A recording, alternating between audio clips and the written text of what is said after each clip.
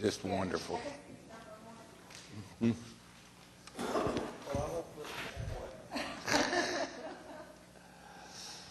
Good afternoon. I'd like to call to order the meeting of the Oklahoma City Water Utilities Trust. First order of business is to approve the minutes of the March 3rd, 2020 meeting, and I'd recognize a motion to that effect. Is there a second? Moved and seconded. We'll vote. Approved. We have a consent docket, items A through I. Are there any questions or comments? Seeing none, I will call for an approval of all of them. So moved. It's been moved. Is there a second? Moved and seconded. We'll vote. Approved. There's nothing on the concurrence docket.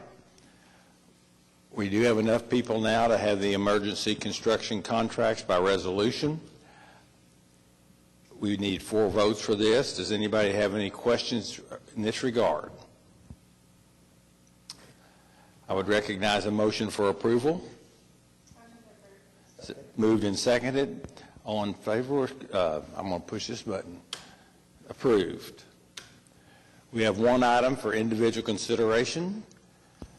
Do you want to discuss this at all? Thank you, Mr. Chairman. This item gives the general manager a little more latitude during this emergency declaration. Right now, I can call emergencies and we can have them ratified at the next meeting, but in this case, things are moving so quickly, they're evolving so quickly. This item is intended to allow the general manager to maneuver through some of the difficult times we'll have without declaring emergencies every single time, and then it would be ratified at a later date. Very good. Any questions or comments? It's been moved. Is there a second? Moved and seconded. We'll vote. Approved. Any items from trustees? General manager report. Thank you, Mr. Chairman. I'm not going to comment on the status and the pro forma. The items are in your package, but I would like to bring you all up to date on a couple of items that have evolved since the emergency declaration. First of all, beginning last week, we placed a temporary moratorium on water shutoffs for residential customers. We worked through the protocols to make sure that we had everything in place, and then we executed that action beginning Friday. It is only for residential customers. We have stopped the shutoff. We are reaching out to those customers who have been recently disconnected, and we are trying to get them connected back.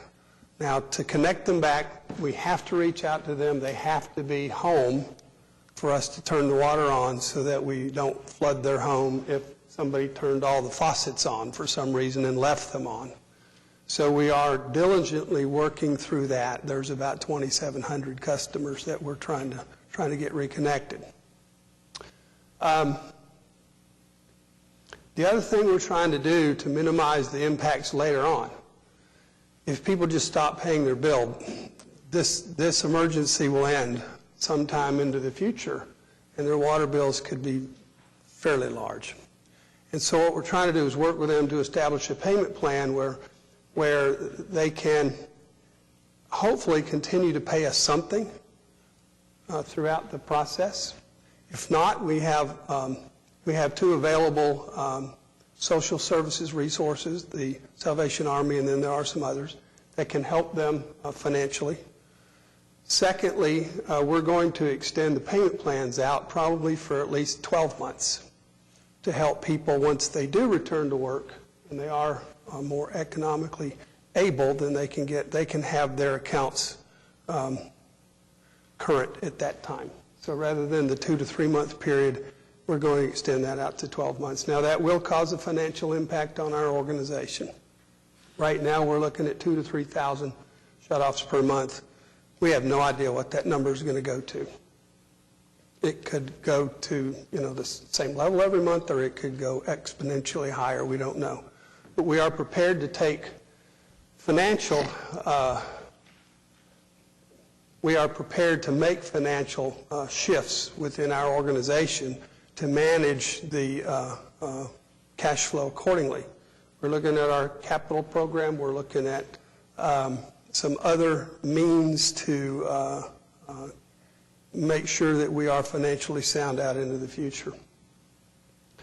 The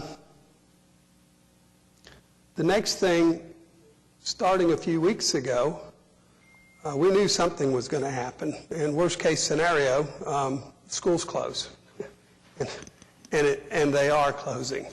That impacts a much larger percentage of our workforce having to stay home to take care of their children. So we started thinking about the business continuity plan several weeks ago, and we asked all divisions to take a look at their critical services and go 6 layers deep into the critical services so that if our workforce starts to diminish, we can start eliminating services in priority order so that we can deliver the services that we have to deliver. We have to maintain a safe drinking water supply, and we have to collect and treat the wastewater. So whatever we do, we're going to at least do those 2 things. We're looking at the delivery of chemicals and supplies that we need to provide those 2 services. We are looking at modifying our contracts accordingly so that we have alternative suppliers available in the event the suppliers that we have under contract are not available to provide. We're looking at reorder points so that we keep our supplies at a higher level. We're doing a number of things to make sure that we can deliver those critical services. So I just wanted to let you know what we are doing to make sure that we can continue to keep the water on and continue to collect and treat the wastewater accordingly. Hopefully, this event will end within the next couple of months, but there will be long-term financial impacts to our organization. One more thing I wanted to let you know, and Brett's working on this. Right now, commercial paper is at a standstill. Nobody wants to finance, or they don't want to buy commercial paper. So we're going to delay some of our bids that were scheduled until the Fed's working on that right now, and they should get it turned back around pretty quickly. I did hear the president at just about 1 o'clock announce that the Fed was working on a commercial paper guarantee program, so hopefully that'll get a little bit better. Thank you. We have, I think, 4 projects ready to bid. We will postpone those bids until we get everything in place. They are not absolutely critical, but it's work that we need to get done. So we're going to postpone them for a few weeks until everything settles back down, until the market regains confidence. So I'd be happy to answer any questions that you all may have. Chris, I just wanted to applaud you and your leadership and the mayor, the council for coming through, especially with the affordability plans for the residential water. I know that is a public safety issue at this point, and so I just applaud the forethought and the proactive work that you all did. And I know things are changing on a daily basis, and so I just am very grateful to be working with such strong leadership here. Thank you. Thank you. We appreciate that. Our staff is very, very talented, and whatever we need to do, we'll do it to make things the way they should be. Any other comments? Thank you very much for the efforts you've made. Thank you, Mr. Chairman. That's the end of my report. Any citizens to be heard? Seeing none, we're adjourned.